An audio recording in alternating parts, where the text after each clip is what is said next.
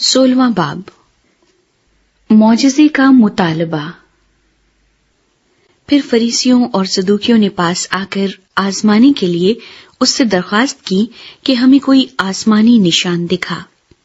उसने जवाब में उनसे कहा, शाम को तुम कहते हो कि खुला रहेगा क्योंकि आसमान लाल है, और सुबह को ये कि आज आंधी चलेगी क्योंकि आसमान लाल और धुंधला है।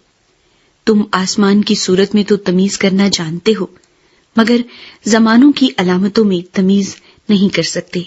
इस जमाने के बुरे और ज़िनाकार लोग निशान तलब करते हैं, मगर यूना के निशान के सिवा कोई और निशान उनको न दिया जाएगा। और वो उनको छोड़कर चला गया। फरीसियों और सदूकियों का खमीर।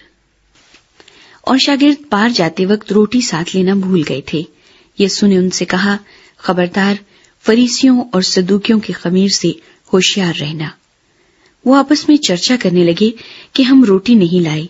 यीशु ने ये मालूम करके कहा, ऐ कम एतकादो, तुम आपस में क्यों चर्चा करते हो कि हमारे पास रोटी नहीं? क्या अब तक नहीं समझते? और उन 5000 आदमियों की 5 रोटियां तुमको याद नहीं? और न ये कि कितनी टोकरियां उठाई? और न उन 4000 आदमियों की 7 रोटियां? और न ये कि कितने टोकरे उठाए? क्या वजह है कि तुम ये नहीं समझते कि मैंने तुमसे रोटी की बाबत नहीं कहा? फरीसियों और सदूकियों के खमीर से खबरदार रहो। तब उनकी समझ में आया कि उसने रोटी के खमीर से नहीं, बल्कि फरीसियों और सदूकियों की तालीम से खबरदार रहने को कहा था। पतरस का इकरार।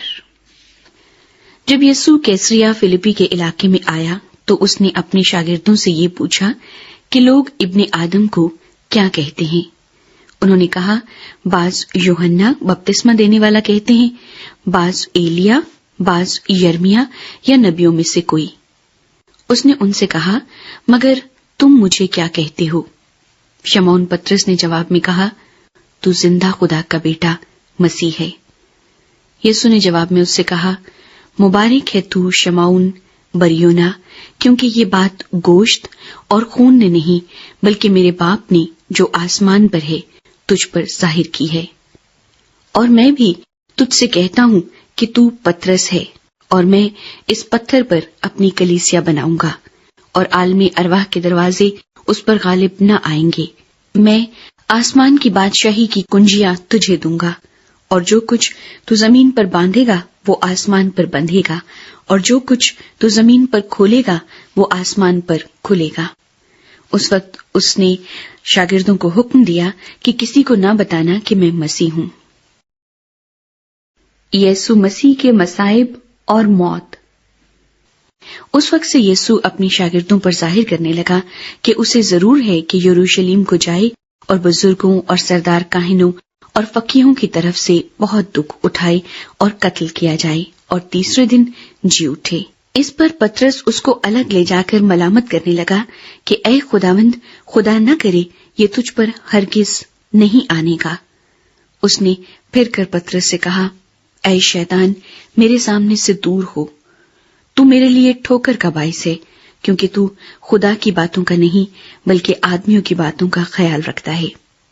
उस वक्त यीशु ने अपने शागिर्दों से कहा कि अगर कोई मेरे पीछे आना चाहे तो अपनी खुदी का इनकार करे और अपनी सलीब उठाए और मेरे पीछे हो ले, क्योंकि जो कोई अपनी जान बचाना चाहे उसे खोएगा, और जो कोई मेरी खातिर अपनी जान खोएगा उसे पाएगा।